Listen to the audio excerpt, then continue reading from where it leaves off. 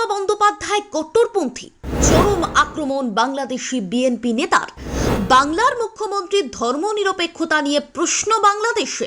মোদির থেকে শিফট হয়ে এখন বাংলার মুখ্যমন্ত্রী কেন নিশানায় বাংলাদেশের? বিএনপি নেতা রিজভী যুদ্ধেরও দাবি তুলছেন ভারতের সঙ্গে। বাংলার মুখ্যমন্ত্রী মমতা বন্দ্যোপাধ্যায়কে চরম আক্রমণ বিএনপির যুগ্ম মহাসচিব রুহুল কবির রিজভীর। মমতা বন্দ্যোপাধ্যায়কে কট্টরপন্থী বলে কটাক্ষ। কেন মমতা বন্দ্যোপাধ্যায়ের দিকে ধেয়ে আসছে বাংলাদেশ থেকে একের পর এক কটাক্ষ? ঠিক কি বলেছেন রিজভী, শুনুন। সাংবাদিক সম্মেলন থেকে বিএনপি নেতা বলেন, ভারতের জনগণের সঙ্গে আমার কোনো শত্রুতা নেই। তাদের কিছু নেতা বিরূপ মন্তব্য করে চলেছেন। মমতা বন্দ্যোপাধ্যায়ের প্রতি আমাদের শ্রদ্ধা ছিল। ভেবেছিলাম তিনি ধর্মনিরপেক্ষ, তিনি সব ধর্মকে সমান চোখে দেখে, এটাই ভেবেছিলাম। কিন্তু তিনিও বললেন বাংলাদেশে শান্তিরক্ষা বাহিনী পাঠানোর দরকার। আসলে তার মধ্যেও কট্টর হিন্দুত্ববাদ আছে। আজ এটা প্রমাণিত। ঠিক কি বলেছিলেন বাংলার মুখ্যমন্ত্রী মমতা বন্দ্যোপাধ্যায়, যার জন্য বাংলাদেশের একের পর এক নেতা আক্রমণ শানাচ্ছেন বাংলার মুখ্যমন্ত্রীকে? 2রা ডিসেম্বর বিধানসভায় মমতা বন্দ্যোপাধ্যায় বলেছিলেন, কোনো ভারতীয়ের উপর অত্যাচার হোক এটা নিশ্চয়ই চাই না। ভারত সরকার বিষয়টি রাষ্ট্রপুঞ্জে উত্থাপন করুক, যাতে তারা শান্তিরক্ষা বাহিনী পাঠাতে পারে বাংলাদেশ থেকে উদ্ধার করে নিয়ে আসার জন্য। শুধু বিএনপি নেতা রিজভী নয়, মমতা বন্দ্যোপাধ্যায়কে তোপ দেখেছিলেন ইউনূস সরকারের স্বরাষ্ট্র উপদেষ্টা জাহাঙ্গীর আলম চৌধুরী।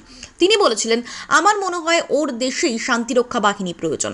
ওই জন্যই মনে হয় উনি বলছেন ওনার দেশের জন্যই বোধহয় আমাদেরটা ভুলে উনি বলে ফেলেছেন বাংলাদেশের কথা। এদিকে এবার বাংলা, বিহার, ওড়িশা দাবি করলেন বিএনপির যুগ্ম মহাসচিব রুহুল কবির রিজভী। বিএনপি নেতার দাবি, বাংলাদেশ নাকি সর্বোচ্চ প্রযুক্তি ব্যবহার করে। জল, স্থল, আকাশপথে দিল্লিকে রুখতে প্রস্তুত বাংলাদেশ। দাবি রিজভীর। বিদেশ সচিব পর্যায়ের বৈঠকের আগের দিন এ ধরনের উস্কানি দেন বিএনপি নেতা।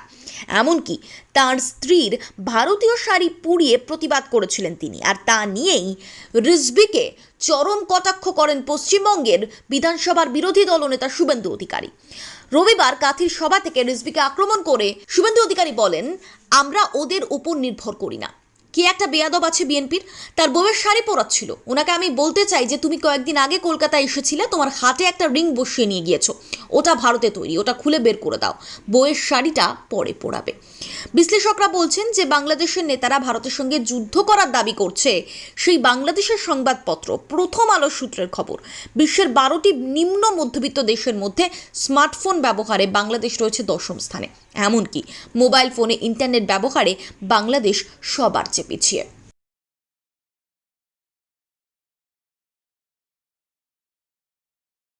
Bureau report, Bengal live.